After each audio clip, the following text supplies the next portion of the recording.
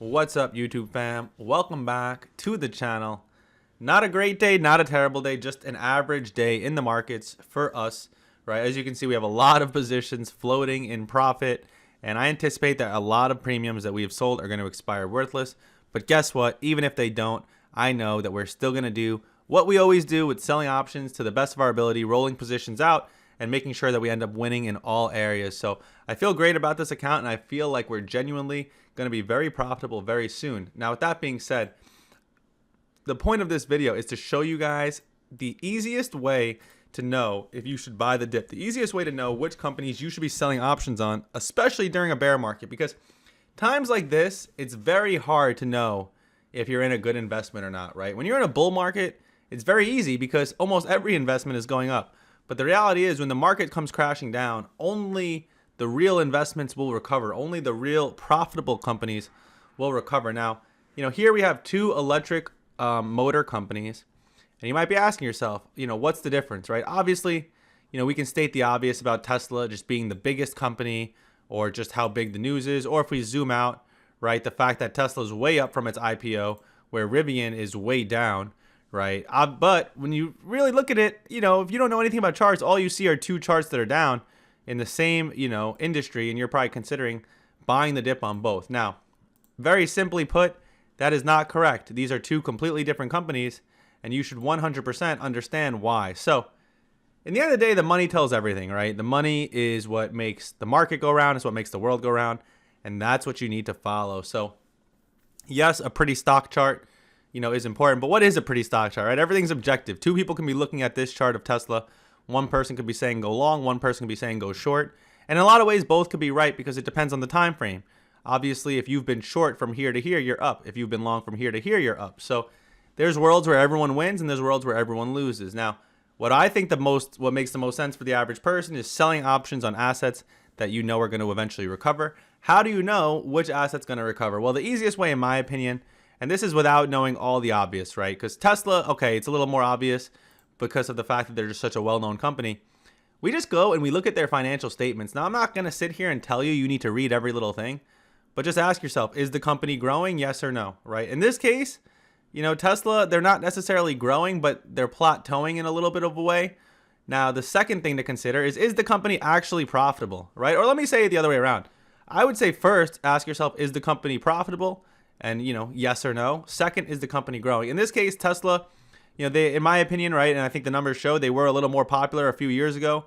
Maybe they lost a little bit of their, I like to say they lost a little bit of their pizzazz, truthfully. Like, I actually had a Tesla in 2021, and I like to say I had a Tesla when it was cool to have a Tesla.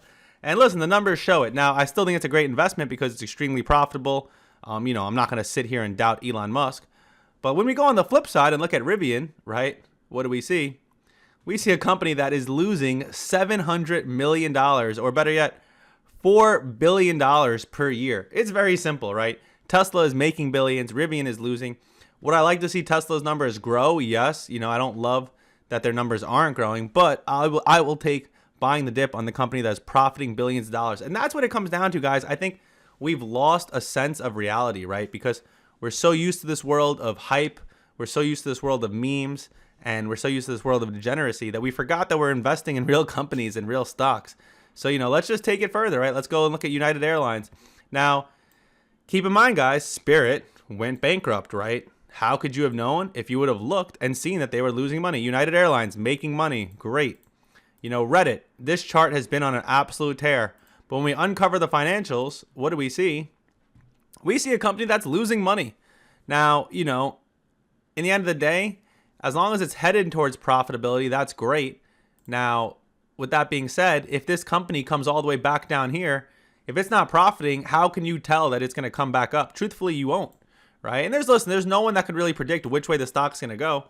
We look at Shopify. What do we see? We see a company that's making billions of dollars and growing, right? From not being profitable to being extremely profitable. That's a stock you'd probably want to sell options on and maybe even hold for the rest of your life. Coinbase, what do we see? We see a company that is profiting, right? They're profiting. And ultimately, yes, I do believe Coinbase is the giant of the retail, crypto industry. Obviously, they're competing with some companies. We look at NVIDIA. What do we see? Let's just take a look.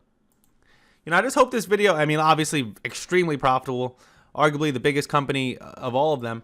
And, listen, we can do this all day, right? But it's like important to note that a lot of the companies that you think and you hear about, they're not actually making money. Snowflake, not actually making money. We can go on. Hims, let's look at Hims, right? A very talked about stock. Listen, profitable company, numbers growing. In the end of the day, guys, this is the least you can do, right? If you're getting involved in investments with large amounts, this is the least you should be doing. And I'll admit, I've made the mistake of buying hype and not looking into this stuff, right? SoundHound, this is a company that people have talked about nonstop, right? In the option selling community.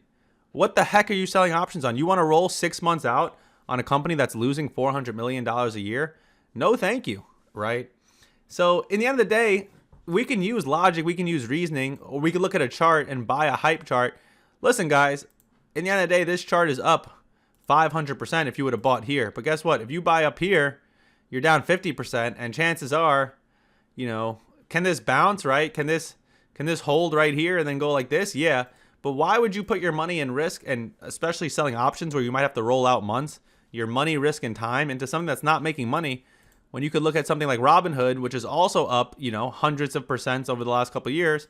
And when we pull back the curtain of the statements, we see that's a company making billions of dollars, right? So listen, guys, I get it, right? It's very easy to get FOMO. It's very easy to fall into the traps. But what makes it even harder is companies that you think are profitable aren't actually making money, right? Companies that you may have heard of time and time again that have been around the market for years that are actually losing money. So the least you could do is pull back the curtain, right? Like, let's look at a Lyft, which again, I'll admit, I sold options on Lyft recently,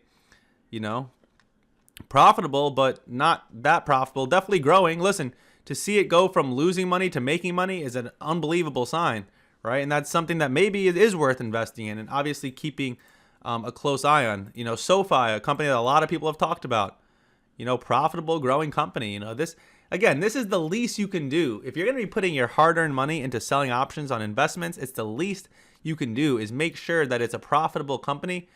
And it's so simple, right? TradingView makes it so easy for us to uncover this data. Now, obviously, if you're more like me and you want to keep it even simpler, we have some things like TQQQ and IBIT, right? Like IBIT is literally BlackRock's Bitcoin. It tracks Bitcoin exactly, and it's backed by BlackRock, which basically backs the entire universe, right? TQQQ is, it's run by this company, ProShares Ultra, but it has been around since 2010. And overall, in my opinion, the chart does a good job of tracking the NASDAQ. Does it track the NASDAQ perfectly? No, but it does give great premiums, which in my opinion make it worth the risk. So, right now I have a cash secured put sold on TSLL, which is, a 2x version of Tesla. Is this the greatest investment in the world? Maybe, maybe not, probably not. But the reality is, to me, I see a risk reward ratio where it's worth it to sell a cash secured put at this day and at this point. And ultimately, Tesla is a profitable company. And I do believe, Elon Musk talks about the Tesla price going much higher.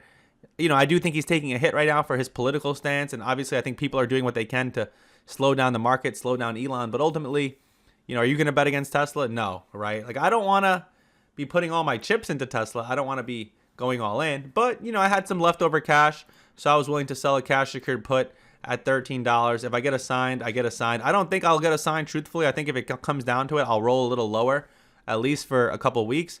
But overall, I do think this is a good position. Now, with all that being said, again, take your investments more serious, right? Take your trading more serious. And if you're going to sell options, just make sure you're selling on profitable companies, because there's going to be plenty of companies that you've heard of that you think are very good investments.